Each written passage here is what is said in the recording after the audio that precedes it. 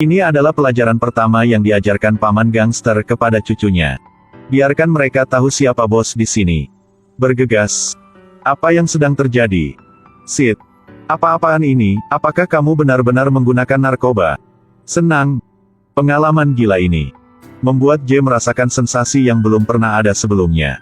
Dan itu sehari sebelumnya. Ketika J adalah orang yang malang meskipun diganggu oleh orang lain. Tapi ibunya karena terlalu banyak menghirup narkoba. Dia terbaring mati di sofa.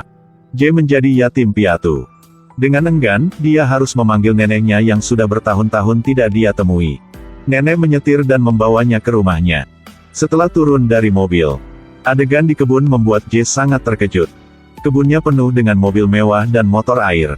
Sejumlah besar uang tunai ditinggalkan secara sewenang-wenang di atas meja. Semua itu adalah hal yang J tidak pernah berani pikirkan dalam hidupnya. Nenek membawanya untuk bertemu dengan ketiga pamannya. Orang yang berdiri di tengah adalah paman tertua bernama Bas, di sebelah kiri adalah paman ketiga, Craig. Akhirnya, paman bungsu, Deran.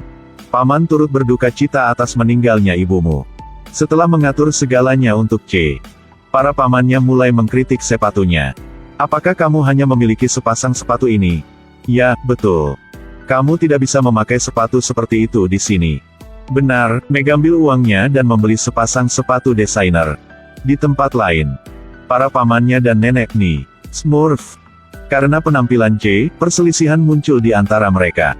Atas dasar apa Anda menganggapnya dapat dipercaya? Itu terlalu berisiko. Kita akan melakukan misi berikutnya.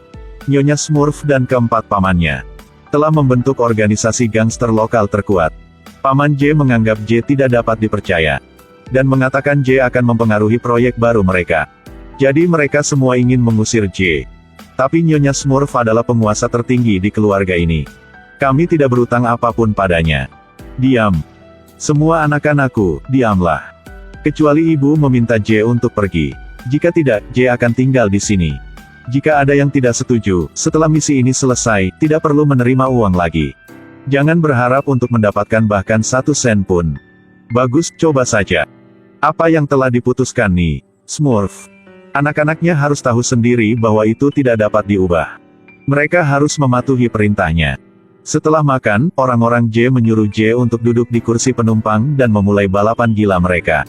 Mereka mengambil papan selancar dan membawanya berselancar. Tetapi semua orang tahu bahwa di atas satu ombak hanya memungkinkan satu orang pemberani untuk menaklukkannya. Seorang biasa bersaing dengan Craig dan dia kalah. Dia membawa beberapa orang lain datang dan mulai memprovokasi. Apakah kamu tidak tahu aturannya? Itu semua hanya menguntit sampah. Kedua paman J saling memandang dan tidak mengatakan apa-apa.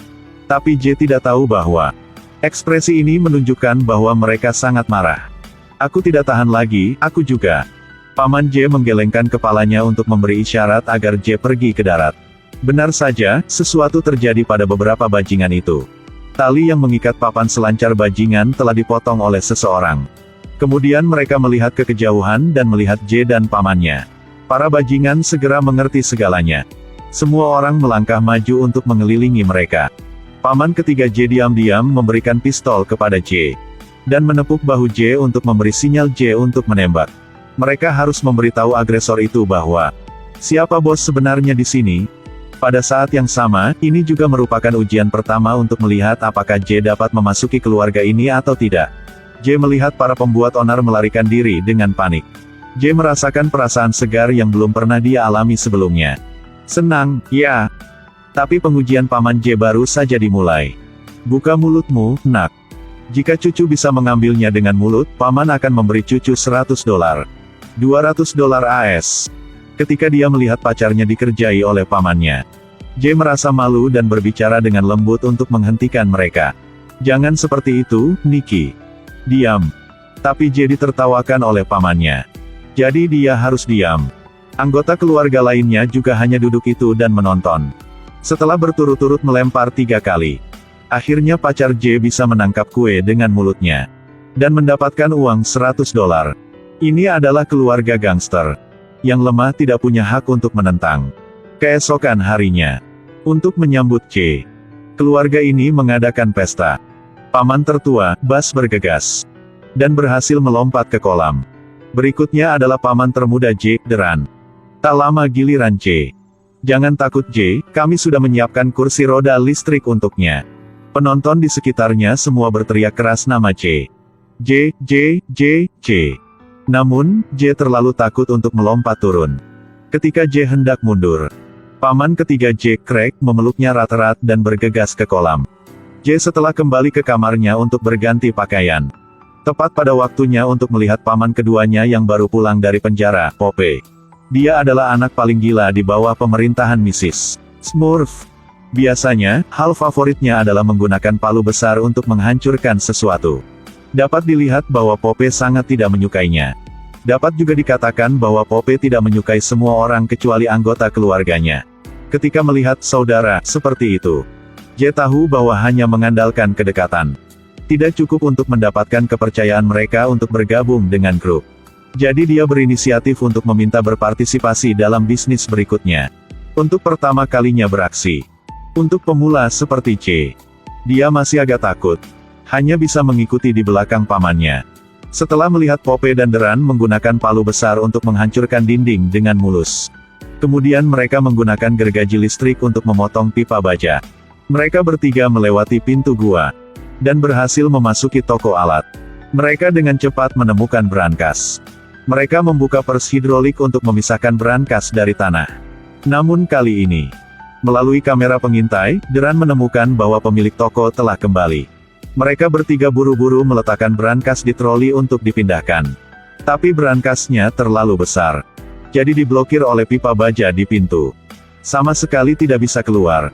Pope meminta Deran untuk memotong pipa baja.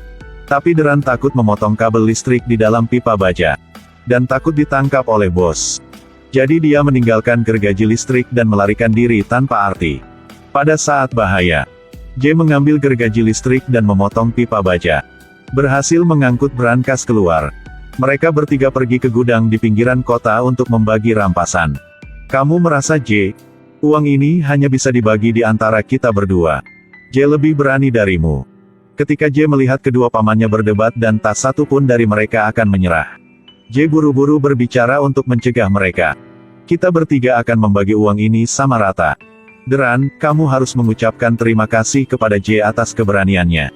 Aku seharusnya tidak mengatakan omong kosong seperti itu, Pope. Tolong ucapkan terima kasih J karena kamu terlalu berani. Diam.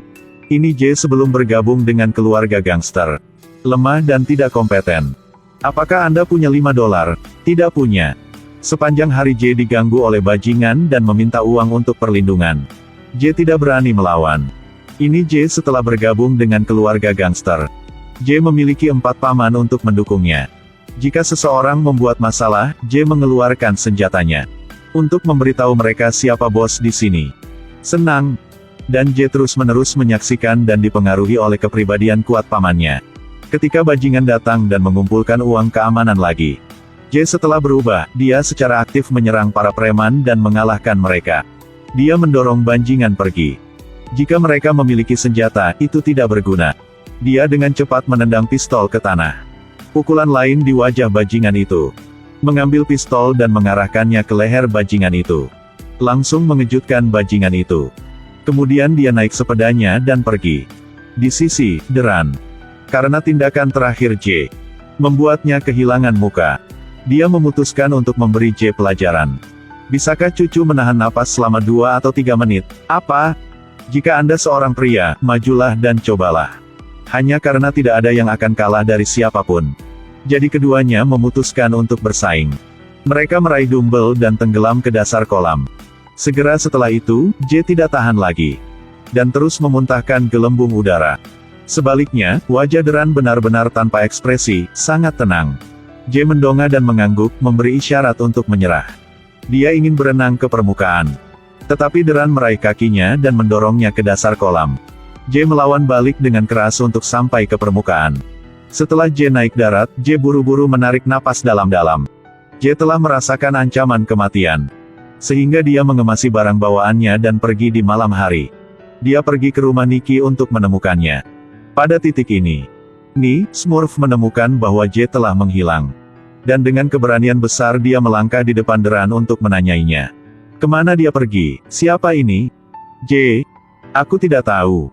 Pada akhirnya apa yang terjadi? Aku tidak ingin bertanya untuk kedua kalinya. Akhirnya menemukan J di sofa di jalan. Saya pikir akan lebih baik jika saya pergi. Pamanmu sangat tidak tahu apa-apa, sayang. Tapi mereka semua sangat mencintaimu. Setelah memberi nasihat, J mengikuti Ni Smurf kembali ke rumah. Berjanjilah padaku kau tidak akan meninggalkan rumah lagi, oke? Mama. Setelah Deran mengetahui bahwa dia membuat ibunya marah, Deran juga buru-buru meminta maaf kepada C. Hal di kolam renang, aku minta maaf. Aku bodoh saat itu, jadi. Tidak apa-apa. Apakah kamu ingin memberiku pukulan? Tidak ingin. Jika Ni Smurf bertanya, katakan saja kita sudah berbaikan, oke? Ya. Di tempat lain. Sepulang sekolah, wali kelas memanggil J kembali. Dan memberi alasan bahwa guru harus peduli dengan siswa berprestasi. Sehingga dia sering bertanya tentang status terkini C. Bahkan mengundang J untuk menghadiri pameran seni. Semua perilaku guru ini melampaui apa yang seharusnya dilakukan oleh seorang guru. Benar saja.